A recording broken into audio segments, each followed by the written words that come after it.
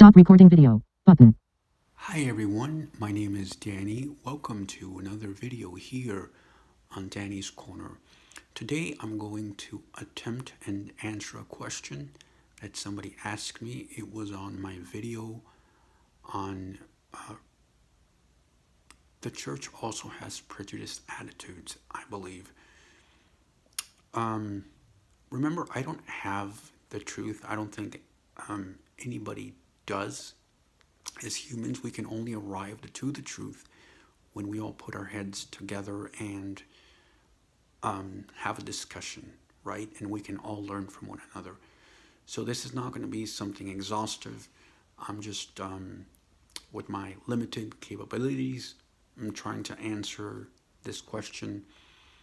And remember that every blind person or every person is going to answer this differently.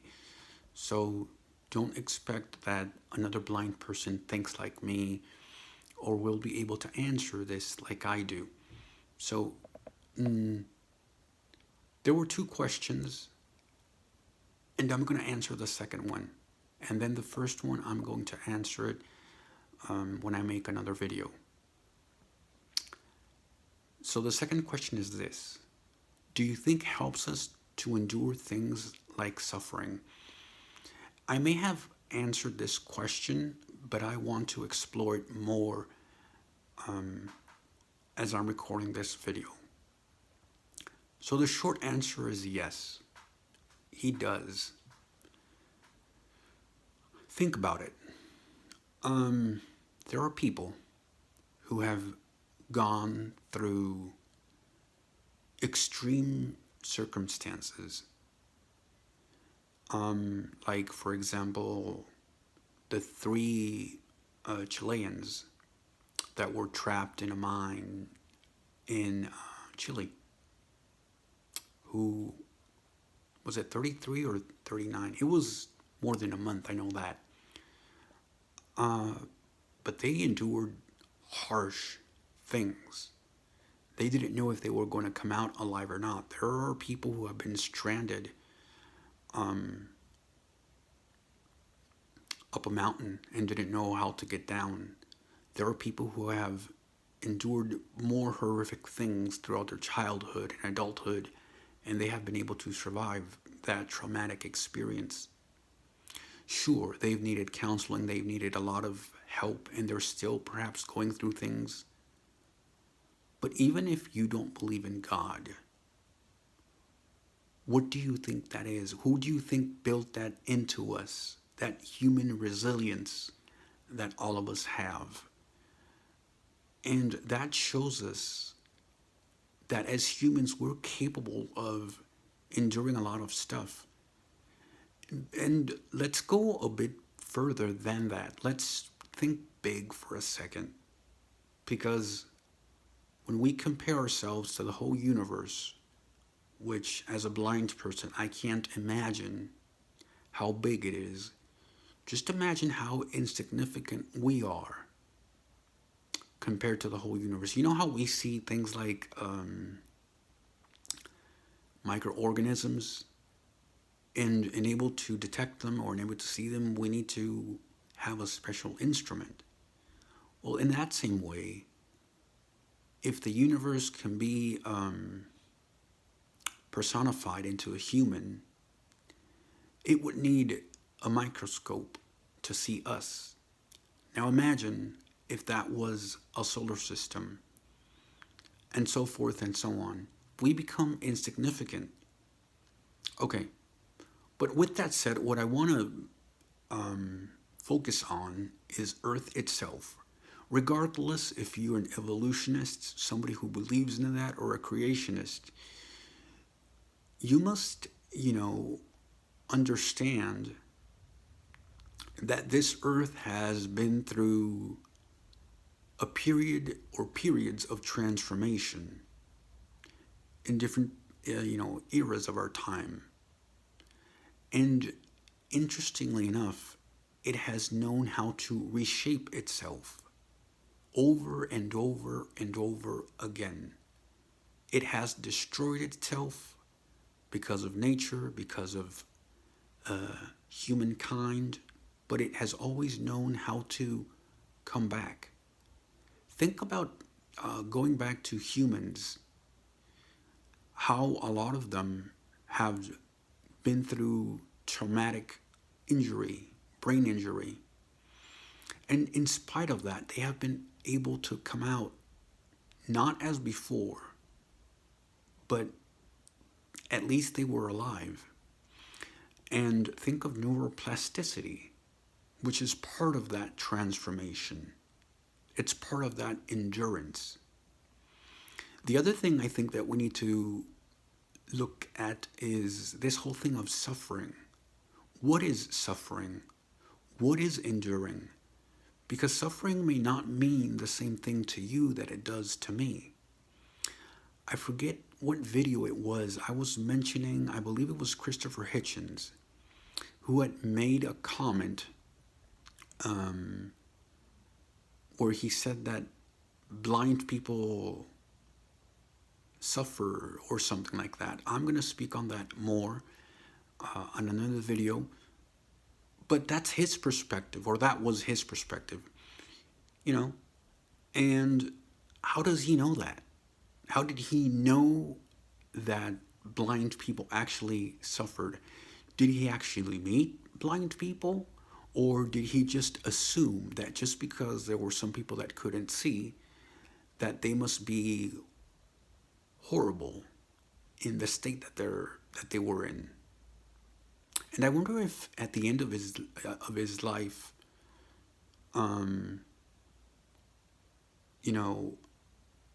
do people think like that? Does something change? And that's the question I think that nobody knows how to answer. A lot of us like to judge others based on what we can see.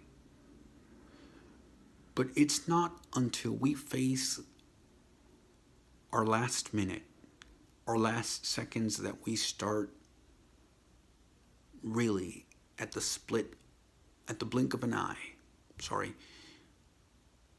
we make that decision. I believe that life replays itself in our mind as if it was a quick collage, right? As if it was some sort of a movie with a bunch of images, and we are just seeing it, and we have this second or minute to come to a realization of, what do I do now? And again, I know this is a hard thing to perhaps process or analyze, because it's a deep thing. And as I said before, I don't have a definitive answer to give you. I just know that God does. Now, again, there is a whole thing of what is God and how does God manifest itself or himself. And that's another topic for another video. So I will get to these things. Remember, I have 2 channels. And it's been a bit cold here where I live. So obviously I'm having a bit of some health issues because of the weather. And I will talk about that too. There's a lot of things to talk about. So please be patient. This channel, I believe, is, and correct me if I'm wrong, please, I believe it's one of the few channels that's by a blind person, not for blind people necessarily, but more geared toward sighted people. So they may know about blind people, but not only that. I think what makes this channel unique is that there's a blind person willing to discuss not only his blindness, but also his religious beliefs, politics, societal issues, agnosticism, atheism, and everything in between. And that's to show you that we need to explore ourselves. And only when we explore ourselves and know who we truly are, then we can learn to talk to others and see things the way they do. And if we don't see things the way they do, at least take that step and be open to a dialogue, be open to new ideas. As I said before, regardless if you are an atheist, agnostic, or a theist, which does not necessarily mean that you believe in the God of Christians do, when you take that step to hear others, you open yourself up. And unfortunately, with all these, with all the three people or types of people that I've mentioned, we all tend to be closed-minded. We all tend to have the truth or know the truth and are closed-minded to other ways of thinking and even considering that there might be something else.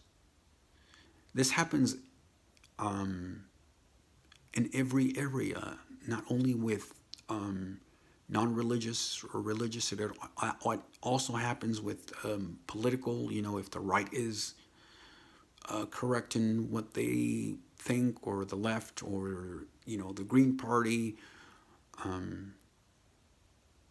Anyway, these are the things that I like to explore.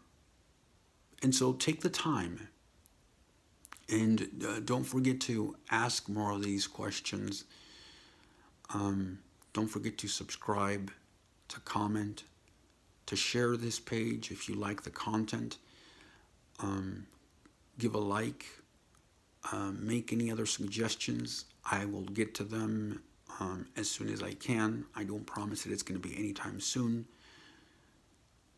But I do appreciate all of you for staying with me. Thank you. I'm almost to 100 subscribers. It's been fluctuating, 95, 96, 93, then it goes back to 97. But regardless of what it is, I hope that most of you will stay with me and enjoy this journey and learn to open your eyes. And I hope that you will help me to open mine. Thank you very much.